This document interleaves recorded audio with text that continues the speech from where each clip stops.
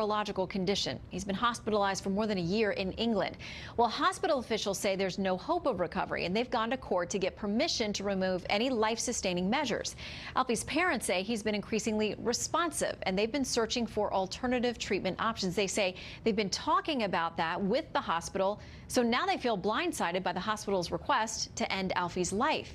The case has many similarities to last year's Charlie Gard case. That little boy died in London after a legal battle over his care. In both cases, the Pope has weighed in publicly, supporting the parents in their fight to try to take their children elsewhere for care. Penny Nance, president and CEO of Concerned Women for America, worked to help Charlie Gard's parents last year. She joins us now to talk about this new case with Alfie Evans. Thanks for coming in. Heartbreaking case. I mean, this is really difficult because let me read you what the hospital has said about why they think it's the end. They say, we always aim to reach agreement with parents about the most appropriate palliative care for their child, but sadly in this case we've not been able to do this. Consequently, we must return to the High Court, as we are legally required to do, for guidance about a date on which to draw treatment from Alfie.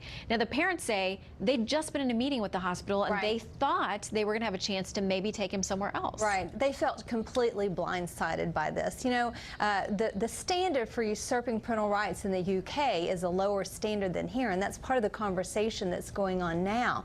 But it's a serious issue and it continues. And by the way, you know, doctors don't always get it right. And parents love their children the most, more than any all these well-intentioned medical experts. There was the case 3 years ago. His name was Aisha King, a little 5-year-old boy who had a cancerous brain tumor. And his parents were being told he couldn't have the treatment that they were seeking, a specialized treatment. They took him and ran. They went to Spain first, so it tipped off this this international incident. They were arrested, held for 48 hours. Finally, the UK backed down. They took him to the Czech Republic. He got the treatment the parents were seeking, and he's been cleared of cancer now. And they just interviewed him, and he said he wants to grow up to be a chef. So, look, that was a happy ending, and maybe it wouldn't be a happy ending.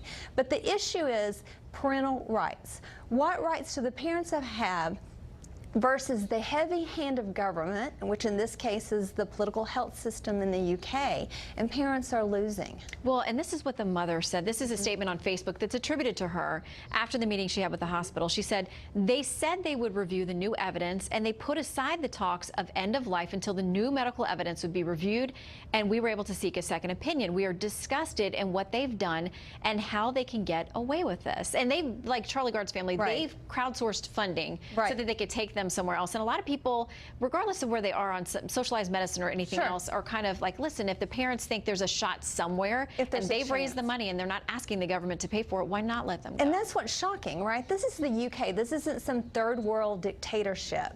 They have socialized medicine and they have complete control. Even though Charlie Gard's parents raised £1.3 million and these parents raised £50,000, they had hospitals, both cases, that were willing to continue treatment. In this case with Alfie, little Alfie, the Vatican's hospital in Italy said, bring him, we'll try to continue to help him.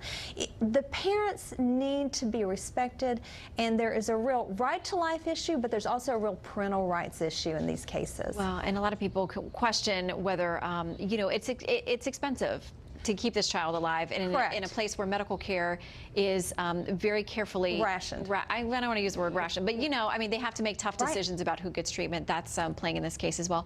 Penny, thank you for coming in. We'll keep an eye on this case and let us know if you hear anything. Sure, I will. All right, when we return, Obama looks back on the 2016 presidential election. That's First Lady Michelle